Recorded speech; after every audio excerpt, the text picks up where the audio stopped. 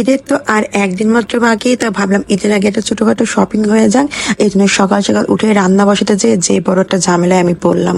আসসালামু আলাইকুম, কেমন আছেন সবাই? আশা করি সবাই খুব ভালো আছেন।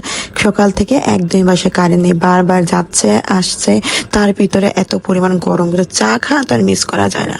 তো এদিকে তো সকালে উঠে আমি রান্নার জন্য পাঙ্গাস মাছটা ভিজাই দিছিলাম, আর এদিকে দই টুকলাই ভিজাইছি, কারণ দুই রকম টুকলা হয়ে গেছে। এখন মহা বিপদে পড়ছি যে কারেন্ট নাই।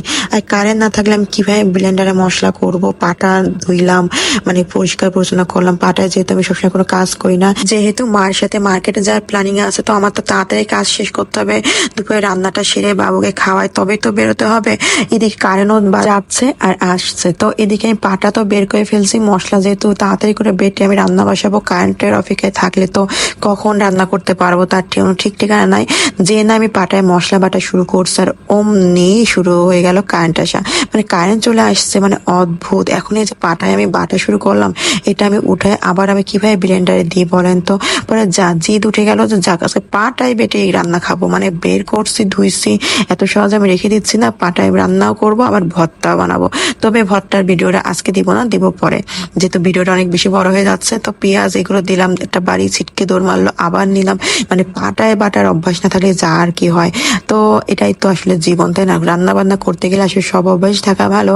তবে আমার হাতের জন্য আমি কখনোই পাটা ব্যবহার করি না, কিন্তু সংসার জীবনে ঠেকাই পড়লে আসলে সবকিছুই করতে হয়।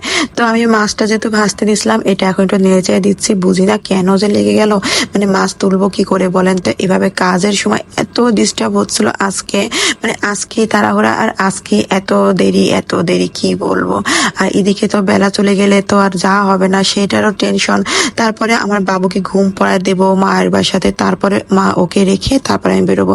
তো সব মিলে আমি পড়ে গেছি একটা মহা বিপদে। কারেন্টও থাকে না, তারপরে রান্নার দেরি হচ্ছে। তো এই তো যাই হোক, মশলাটা বেটে ফাইনালি আমি রান্নাটা কষাই, তারপরে যে পানিটা দিয়ে দিলাম, মাছটা একদম তেল ভুনা ভুনা করবো। আর এদিকে আমি রেডি হয়ে যাচ্ছি বাইরে যাওয়ার জন্য, যেহেতু কয়দিন ধরে একটানা বৃষ্টিতে আমি বেরোতেই পাইনি বাইরে যাওয়ার জন্য। তো এখন যেহেতু আবহাওয়াটা ভালো, আর দেরি করলাম না, মানে ঈদও তো চলে আসলো কাছাকাছি, তো লাস্ট ফিনিশিং তো একটা শপিং করতেই হয়, তাই না? এদিকে আমার ছেলে দেখেন কত ঢং করতেছে, আমি জানি না ও কোন সময় ভিডিও নিচ্ছে। আমি ভাবছি যে নর্মালি মনে হয় ভিডিও এরকম হচ্ছে, তা ও দেখি যে পরে এরকম করলো। তো বাবুর জন্য জুতো কিনলাম, মানে হয়ে গেল টুকটাক শপিং, আর একটু ভিডিও নিয়ে নিলাম টুকটুক করে। যেহেতু আছে প্রচন্ড গরম, আর মানুষেরও খুব হালকা একটা ভিড় ছিল, যেহেতু ঈদের আগে সবাই দেশের বাড়ি চলে গেছে। আমার কি মজা, আমার কোথাও যা লাগবে না, মানে এই যে আমার মা নিয়ে আর আমি ঘুরতেছি আর টুকি করে শপিং করতেছি, একবারে সব করে নিয়ে চলে আসবো। অনেকক্ষণ বাইরে ছিলাম মাকে নিয়ে। তো এই যে সবাই পরিবারের সাথে ঈদ করতে যায়, বাবারে বাবা কি কষ্ট করে সবাই যায়, ট্রেনে ঝুলে বাসে ঝুলে, মানে লঞ্চ জাহাজ কত কিছুতে যায় মানুষ, তারপরও পরিবারের সাথে ঈদ করার জন্যই তো ছুটে যায়। কতটা ভালোবাসা, কিন্তু দিন শেষে এই পরিবারের দ্বারাই কিন্তু মানুষ আঘাত পায়, সত্যি তাই না? একদমই মানে কেমন একটা লাগে জানো, সম্পর্কের ভিতরে এত সুন্দর, আবার সম্পর্কের ভিতরে এতটাই খাত থাকে। তো এই তো টুকটুক করে সবকিছুই তো কিনা হচ্ছে, সাথে আর এক জায়গায় চলে আসলাম। এইটা আমি আজকে ফার্স্টে আসছি, এই জায়গাটা আগে আসিনি। তো ভালোই লাগলো এখানে এসে, কিন্তু জিনিসের প্রচুর দাম, যা ধরো সবই অনেক বেশি দাম। কিন্তু এসে যেহেতু পড়েছে, কিনতে তো কিছু হবে। তো উপরে চলে গেলাম বাবুদেরটা উপরে যে দেখি যে অনেক সুন্দর বাবুদের ড্রেস আপ। তো এখান থেকে আমি বাবুর জন্য কিছু নিয়ে নিলাম, আর পাঞ্জাবিগুলো আমার বেশ ভালো লাগতেছিল। তা বাবু এগুলো একটু মোটা টাইপের, তো বাবু তো এগুলো পড়তে পারবে না, যেহেতু নানি শপিং করে দিচ্ছে, সাথে আমিও শপিং করছি। তো বাবুর অনেক শপিং হয়ে যাচ্ছে একসাথে। মাকে একটু বসায় রাখলাম যে একটু জিরাও।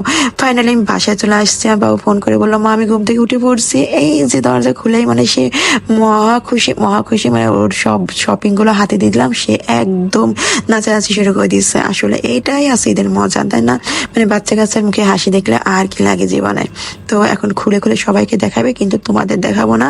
ঈদের ড্রেস দেখালে তো পুরাতন হয়ে যাবে বলো, মানে ঈদের ড্রেস কি আগে কখনো দেখাতে হয়? সবাই ভালো থেকে সুস্থ থেকো, আল্লাহ হাফেজ।